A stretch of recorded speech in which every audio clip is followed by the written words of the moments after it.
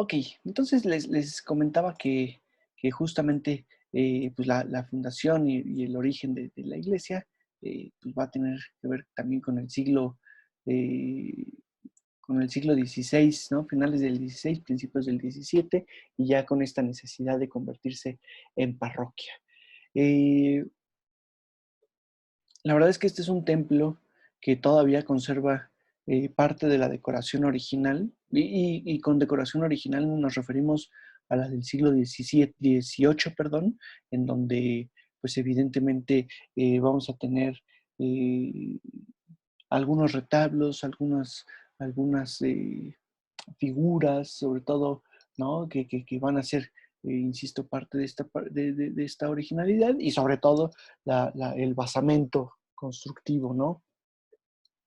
Que difícilmente se ha modificado como tal. Eh, aún se conservan, por ejemplo, como detalles en las cúpulas y en las orillitas, algunas flores de lis, que ahorita a ver si puedo hacer un acercamiento para que las veamos. La flor de lis, recuerden ustedes que es el símbolo de la orden de los dominicos. En ese sentido, pues entendemos que digamos, la construcción y el resguardo del mismo templo va a ser dado por la orden de los dominicos. ¿De acuerdo? Va a estar dado por ellos, justamente.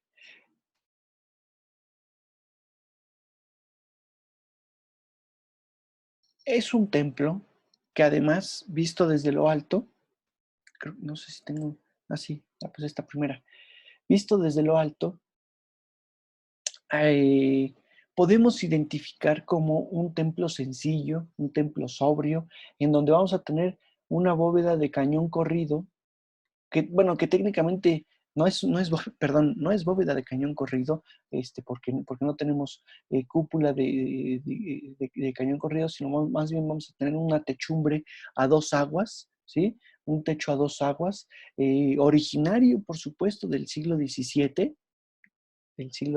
sobre todo, y entonces todavía mantiene su originalidad este templo en cuestión de construcción. Eso es algo también para destacar, que además es una sola nave, ¿sí? Aquí alcanzamos a ver y aquí logramos ver que es una sola nave con una crucería en la parte de atrás, en la parte pues justamente previo al ábside. Este vendría siendo el ábside, ¿sí? En donde estaría el altar, donde se encontraría el altar principal. Y entonces, en las iglesias, sobre todo en las grandes iglesias, normalmente vamos a tener una cúpula, ¿no? Aquí en este crucero, el cañón corrido, vamos a tener mucha ventana. Pues aquí justo corresponde a una construcción del 17, en donde hay poca entrada de luz, pocas ventanas, techumbres austeras, ¿no? Como las de cualquier parroquia de un pueblo no principal, en este caso, y por otro lado, pues no tendríamos cúpula, sino más bien una especie de vamos, es una especie de techumbre a cuatro lados, ¿no? Con su, digamos, su inclinación a manera de dos aguas, ¿no? Por así llamarlo. Con teja. Con teja. Esto es otra cosa para destacar. Teja es lo que vamos a tener por la parte de afuera, por el exterior.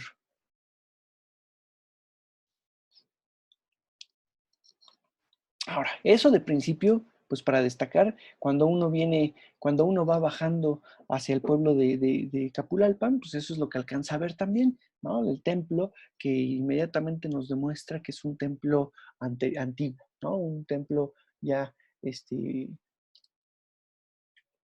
digamos, con una tradición antigua. Ahora, las descripciones las descripciones que van a encontrar ustedes en las revistas, sobre todo, insisto, México Desconocido, ¿no? Que es la que más ha hecho este análisis de los pueblos mágicos, les van a decir que es un templo de estilo barroco e incluso barroco, bueno, en este caso salomónico, ¿no? Con unos detalles churriguerescos, pero que en sí corresponde más a un templo de estilo barroco salomónico. Pero cuando ustedes lo ven de aquí de frente, pues de pronto, bueno, a ver, no sé, los que conocen de arte, los que han tomado clases de arte o que ya han, digamos, ya se están adoctrinando, vamos a ponerlo así, ¿no? Con estos estilos artísticos, pues evidentemente detectan que esto no es estilo barroco, esta fachada no es estilo barroco como tal. Entonces, pues, ¿dónde está el barroco? Lo que pasa es que y este es el peligro a veces de Internet o a veces de estar leyendo y repitiendo cosas. El barroco está adentro, con los retablos que todavía se van a conservar, pero en la parte de afuera corresponde más bien a un estilo previo, a un estilo eh, eh, renacentista, manierista, perdón, se me fue el término, pero es el término manierista o del periodo renacentista. ¿De acuerdo? O sea, entendemos entonces que la construcción se hace con un estilo artístico del siglo XVI, perdón, de finales del XVI, principios del XVII, y posteriormente, ya cuando viene la decoración interior, ya está un nuevo estilo artístico y entonces por eso se introduce el estilo barroco al interior, ¿de acuerdo? Y es evidente pues que no tenemos que estar repitiendo siempre lo que dicen las revistas o lo que dice Internet, porque muchas veces simplemente generalizan estos, escritos, ¿de acuerdo? Fíjense, ¿cómo identificamos que es del siglo XVII? De principio, por la sobriedad que vamos a mantener en esa fachada. Evidentemente, pues sí, vamos a tener unas pequeñas decoraciones ahí, pero al final de cuentas es una fachada austera. Eh, si la, este, vamos, si la vemos, ¿no? Con los rasgos generales. Es una fachada que está dividida en tres cuerpos, ¿sí? No está dividida en calles, aunque, digamos, se podría dividir en calles. eh, la calle central, ¿no? Pues es que es la decorada y las calles laterales que no están decoradas y simplemente es decirlo así, pero pues en sí, como las calles laterales no están decoradas, pues al final podemos omitir, ¿no? Y entonces simplemente decir que la decoración de la fachada estaría dividida en tres cuerpos, o en realidad, digo, para que quede claro, son dos cuerpos, el cuerpo de abajo, el segundo cuerpo, que es el de la ventana coral, y un remate. ¿Por qué decimos que esto es un remate? Porque no continúa las columnas y no tiene columnas hacia arriba. Entonces, no es un cuerpo como tal, sino ya es el remate de la misma fachada. Ahora, en el primer cuerpo tendríamos arco de medio punto, pues que evidentemente tiene su piedra angular que destaca, sobre todo porque tiene una figura diferente, es una concha, no sé si la alcanzan a percibir. Esta concha, pues evidentemente nos demuestra la purificación, ¿no? Nos habla de esta pureza que se va a tener. Es decir, todos aquellos que entren, pues se estarían purificando como tal a partir de este símbolo. A los costados del arco de medio punto, que es este, eh, que es la entrada principal, por supuesto, vamos a tener pilastras. Estas pilastras, ¿no? Bueno, muchos las conocen como columnas adosadas. Lo que pasa es que los historiadores del arte las van a conocer como columnas adosadas. El, el arquitecto, principalmente por ser cuadrada, las va a nombrar por pilastra. Y entonces, cuando se encuentren libros, ¿no? de Capulalpan o de distintos templos, chequen primero quién es el autor. ¿Por qué? Pues porque también depende mucho de la formación de ese autor. Muchos arquitectos han escrito sobre esto, pero tienen una formación diferente.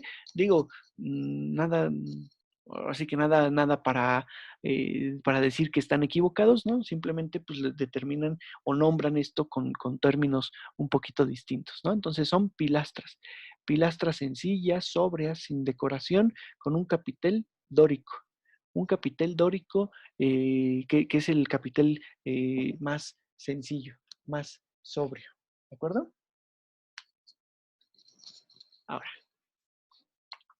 El remate de este primer cuerpo y en sí la división del primer cuerpo con el segundo cuerpo lo vamos a tener también con todas estas cornisas, esta serie de cornisas, pues muy destacables para el periodo manierista.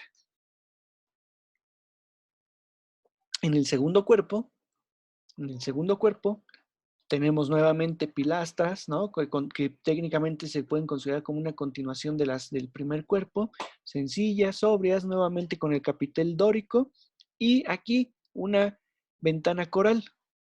¿Se acuerdan que para el estilo barroco, sobre todo para el estilo barroco, hemos mencionado que las ventanas corales o son redondas con ojo de buey o son lobuladas, ¿no? Tienen estos como lóbulos y es a manera floral, por así llamarle.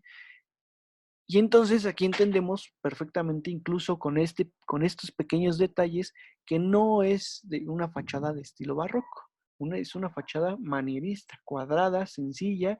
Por supuesto, ya la ventana ya la modificaron, ¿no? Ya es una ventana de madera con un, eh, un vitral, ¿no? Posterior, que este vitral incluso ya corresponde al siglo XIX, en donde aparece el santo principal, si mal no recuerdo, ¿no? San Mateo Apóstol. Noten, y bueno, también digo ahorita porque lo estoy leyendo, pero me da risa esta parte, en algunas notas que encuentro en internet, se refieren a esta iglesia como la Catedral de Capulalpan. No es catedral. Capulalpan depende de la diócesis de Oaxaca, ¿de acuerdo? Entonces, esto no es catedral. Es importante porque lo mismo, nada más por la monumentalidad, algunos dicen, pues es la catedral de... No, acuérdense que eso implica, el nombre implica pues un simbolismo y también en ese sentido implica eh, la, ¿cómo se dice? La jerarquía eclesiástica que va a tener el mismo templo. Entonces, insisto, en este caso no tenemos como tal una catedral. Simplemente se los comento porque probablemente así lo lleguen a encontrar. Bueno, el asunto es que aparece San Mateo. Perdón, es que solo porque estaba leyendo, ¿no? Que la catedral está dedicada, así dice la nota, está dedicada a San Mateo Apóstol. En ese sentido, en el vitral y en el nicho principal que vamos a tener en el remate, en el nicho que está aquí arriba con su concha, aparecerá San Mateo. Fíjense cómo aparece San Mateo con el texto, con el libro, ¿no? Por eso sabemos que es un apóstol o un doctor de la iglesia. En este caso, un apóstol. Digo, aquí pues no tiene gran ciencia, gran complejidad.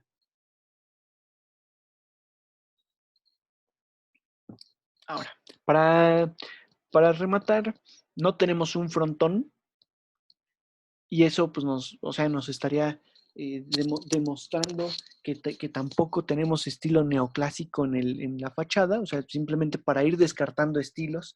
Normalmente el estilo neoclásico remata sí o sí con frontones, ¿no? Aquí, vamos, sí es un frontón, pero es un frontón recortado, que sobre todo corresponde al periodo renacentista, al periodo manierista, porque acuérdense que el Renacimiento como tal no llega a la Nueva España, lo que llega es el manierismo, la imitación de ese Renacimiento. ¿Sí? Aquí no se inventan cosas, sino aquí se copian las cosas que están haciéndose en el Renacimiento italiano. Y bueno, italiano, español, francés, ¿no? También.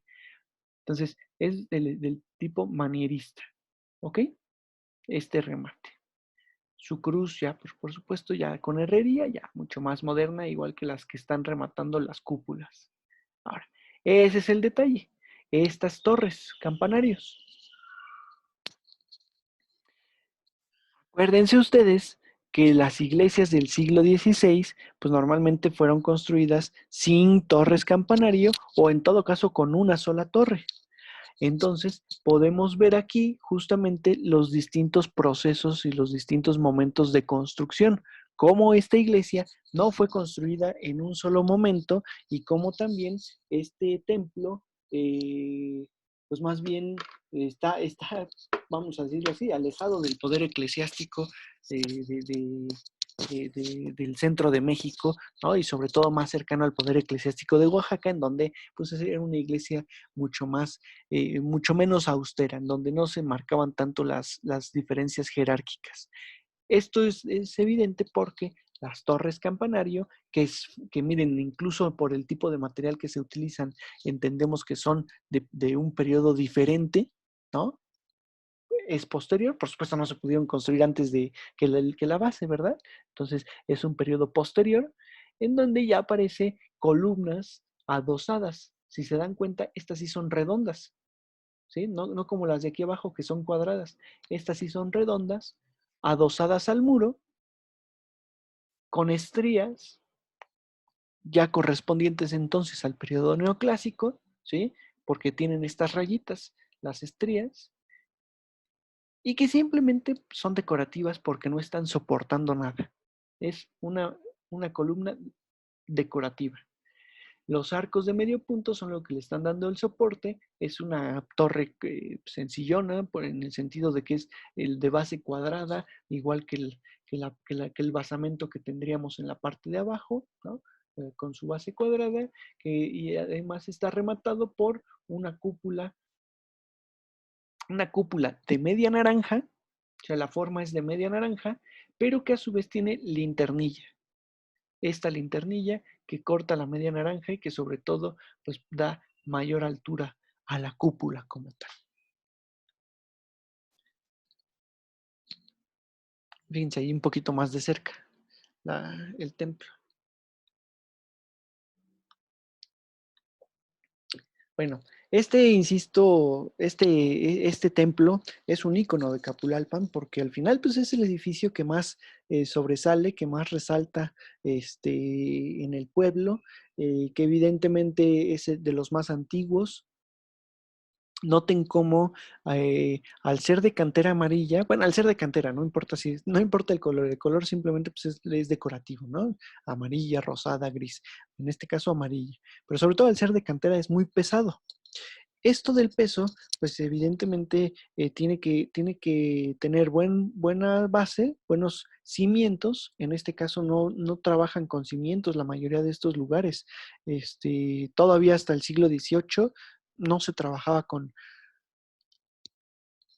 cimientos. Normalmente es hasta el siglo XIX cuando vamos a tener la, este, cuando vamos a tener como tal el, eh, el uso de varilla, ¿no? Pero entonces lo que sí vamos a tener son contrafuertes. Miren, aquí destacan como tal también los contrafuertes. ¿De acuerdo? Es un símbolo del mismo, del mismo poblado. Vean desde arriba cómo también, al ser esta una, una torre posterior, una torre que se construyó posteriormente, entonces ya tenemos influencia de otros estilos y de otros lugares.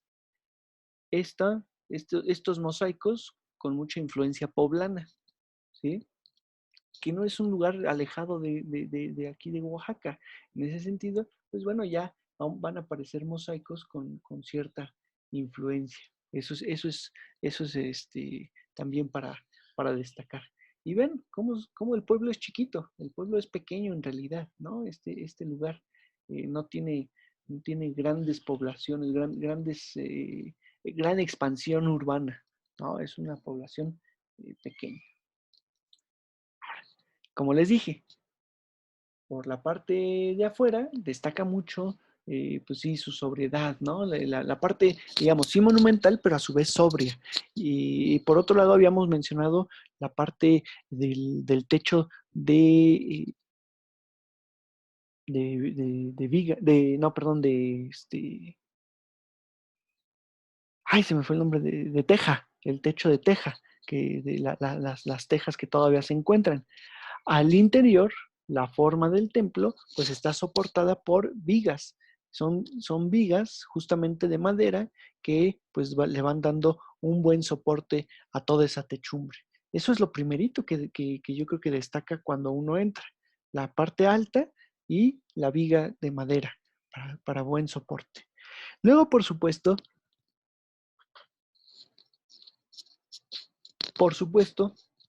la nave principal, la única nave que hay, la nave principal, que insisto es alargada, es muy larga, que da pie a una serie de 14 retablos de madera. 14 retablos de madera, que bueno, aquí se pelean algunos. Unos dicen que fueron hechos principalmente para este templo, otros historiadores mencionan que no, que en realidad, bueno, o sea, que los principales, por supuesto, pues sí fueron hechos para este templo, pero que algunos de los pequeños ya fueron trasladados para acá, de capillas o de iglesias de pueblos cercanos. No lo sabemos del todo porque no tenemos datos o noticias de la construcción de este templo, sino los datos son materiales, pero no escritos como tal. Entonces no sabemos cómo, si sí fueron construidos para el templo o no, pero al final destacan. Y aquí sí tenemos el barroco salomónico, sobre todo, la mayoría de ellos, al principio, sobre todo en el altar mayor, en el altar principal, vamos a tener columnas salomónicas con una serie de pinturas, ¿no? Pues que es para destacar este altar, ¿no? En 5 cuerpos, a manera de abanico, ¿no? En donde destacan, bueno, los cuerpos laterales, digamos, planos, el cuerpo central también plano, y los 2 cuerpos intermedios, que están ahora sí que custodian al cuerpo central, a manera de a 45 grados más o menos, para exaltar o para resaltar mucho más el cuerpo central, ¿no? Eso es importante. Insisto, barroco salomónico. También fíjense, algunos de estos retablos con barroco salomónico, ¿no? Es decir, las columnas estas como trenza, manera de trenza, y otros 2 retablos a la entrada del templo que serían barroco churrigueresco. Sobre todo es churrigueresco porque tiene columnas estípite. El uso de las columnas estípite, pues es lo que lo va a determinar como el barroco churrigueresco. Bueno,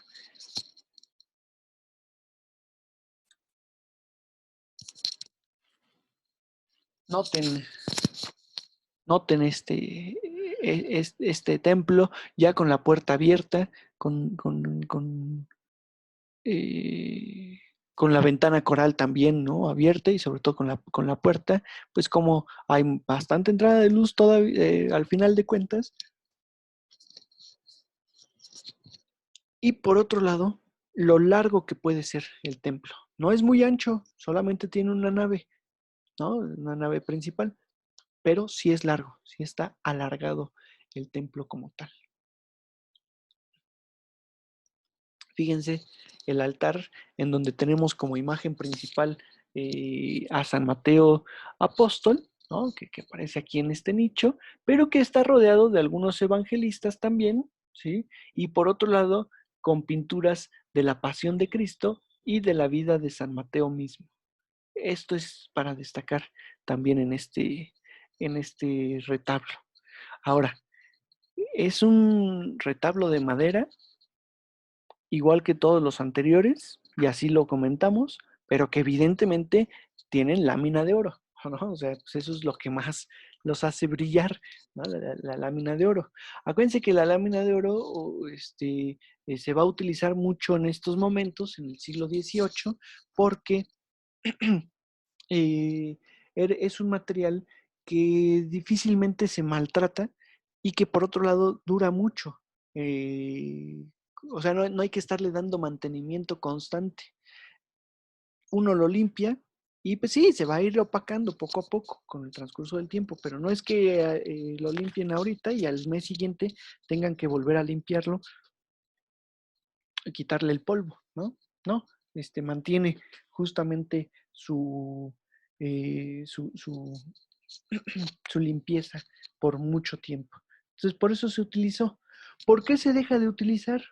Pues porque resulta que al ser de madera, son materiales que prenden rápido.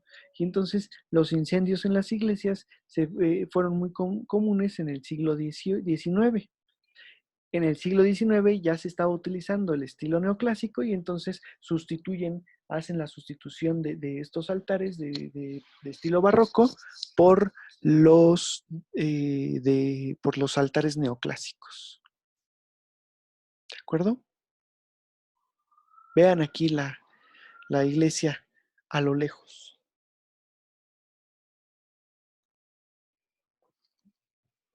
Muy bien, pues ese es uno de los atractivos de, este, de Capulalpan. Uno de tantos, ¿no? Por supuesto, para ir a Capulalpan, pues aunque uno pueda llegar en coche, en autobús, ¿no? como quieran, lo bonito de estos pueblos, y que son pueblos pequeños, es que uno puede caminar por ellos y prácticamente llegar a cualquier lado caminando. Y eso es agradable. Y entonces, pues parte de sus atractivos en la plaza principal, que estaría a un costado, perdón, nada más para señalárselas, que estaría hacia esta zona, o sea, no está directamente saliendo de la iglesia. Insisto, lo destaco porque normalmente en los pueblos la estructura urbana que vamos a tener es la plaza mayor o la plaza principal con la iglesia y los edificios de gobierno a los alrededores. En este caso los vamos a tener a un costado esta plaza principal, que también destaca mucho por su solución urbana. Son edificios, perdón, eh, muy austeros, pero típicos, muy típicos, yo pondría, ¿no? Con sus, así que con sus fachadas blancas, que ahora ya las han modificado, que algunos ya son de color cremita, otros ya son de color blanco, o sea, constantemente han ido repintando, ¿no? Para darle digamos, una unidad al pueblo como tal. Pero bueno, tradicionalmente pues, su fachada blanca con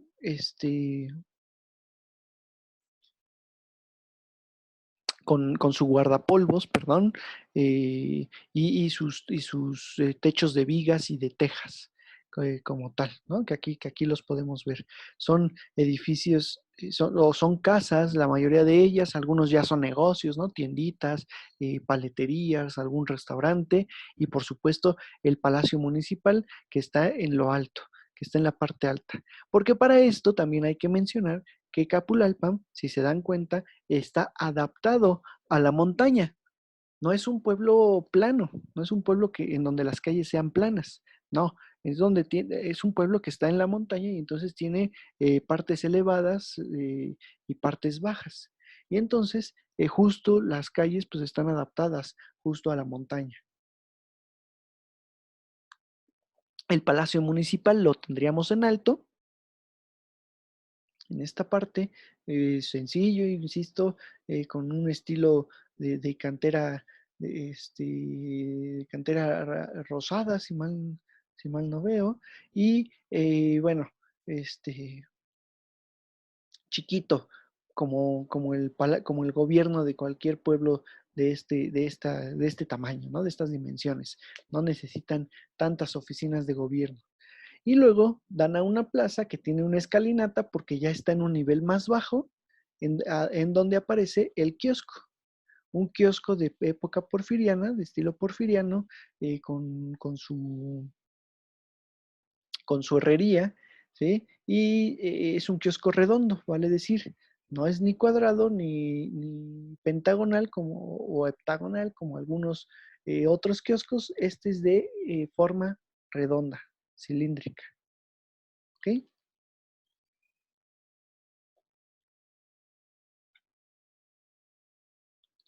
Que ya, espérenme que ya se trabó esto. Ahí está.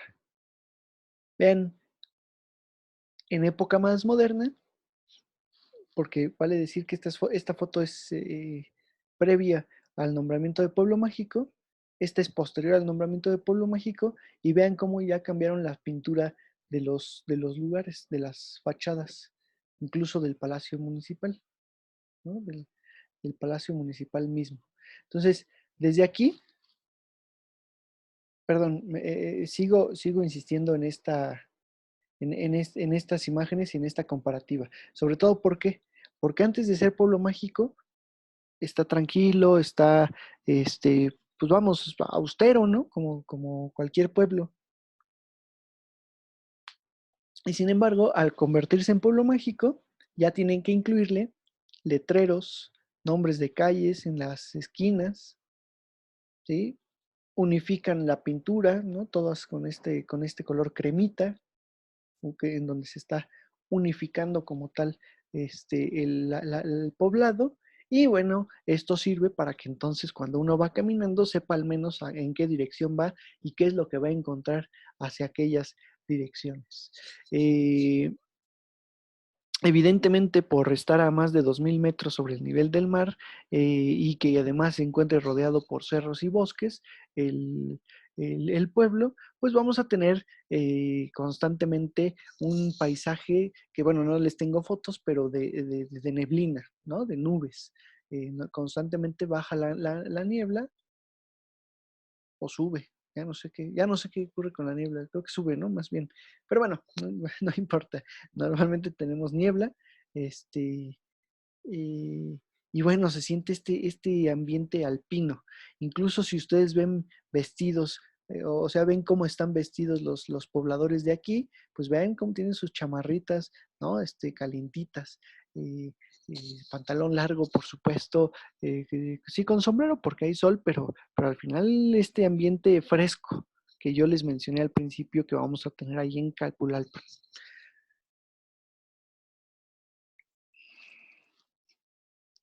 Cuando van caminando por ahí, pues van a tener un monumento dedicado al minero, que sería pues otro de los detalles escultóricos para destacar. Este monumento al minero que principalmente o particularmente destaca porque evidentemente cercano a Capulalpan vamos a tener minas de carbón, vale decir, no son minas de metales preciosos, sobre todo piedras semipreciosas y por supuesto pues carbón, ¿no? Es lo que vamos a tener hacia allá. Y entonces, pues se hizo este monumento en honor a aquellos personajes que entraron. Este, perdón, estas minas se empezaron a explotar hacia el siglo XIX.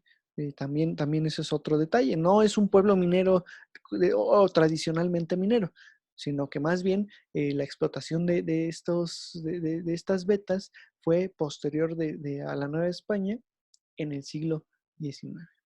También ahí hay otro monumento que no les tengo foto porque es complicado encontrarla, pero es un monumento a la madre tierra. Sí, o sea, no es a la madre como señora, sino como mujer, perdón, sino como representación de la madre tierra por la tradición que vamos a tener aquí en Capulalpa.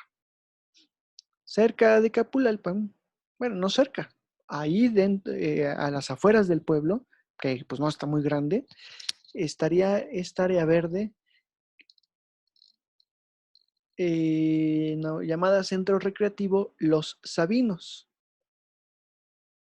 una zona protegida, que esto es importante, sobre todo ahora es interesante que muchas de estas zonas pues son importantes la protección, ¿no? Brindan seguridad al visitante. Entonces, por eso se destaca, ¿no? La parte de es una zona protegida para acampar, en donde pues va a haber un ojo de agua, que está rodeado por sabinos milenarios y pues muchos senderos para, para pasear por ahí, ¿no? Ahora sí que entre todo este lugar. Perdón.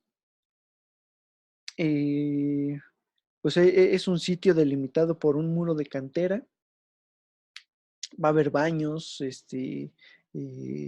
va a haber asadores, da ahora sí que es camino incluso para llegar a un mirador, el famoso mirador de El Calvario, en donde también pueden acampar, pero sobre todo, pues, vale la pena por el paisaje que pueden tener del pueblo mismo.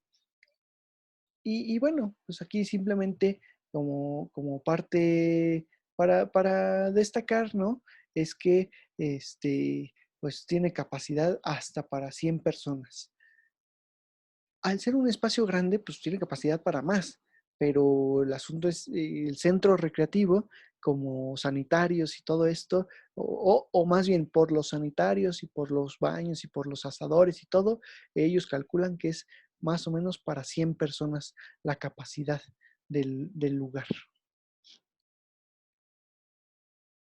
Ok, ya se va a acabar el tiempo, ahorita les marco.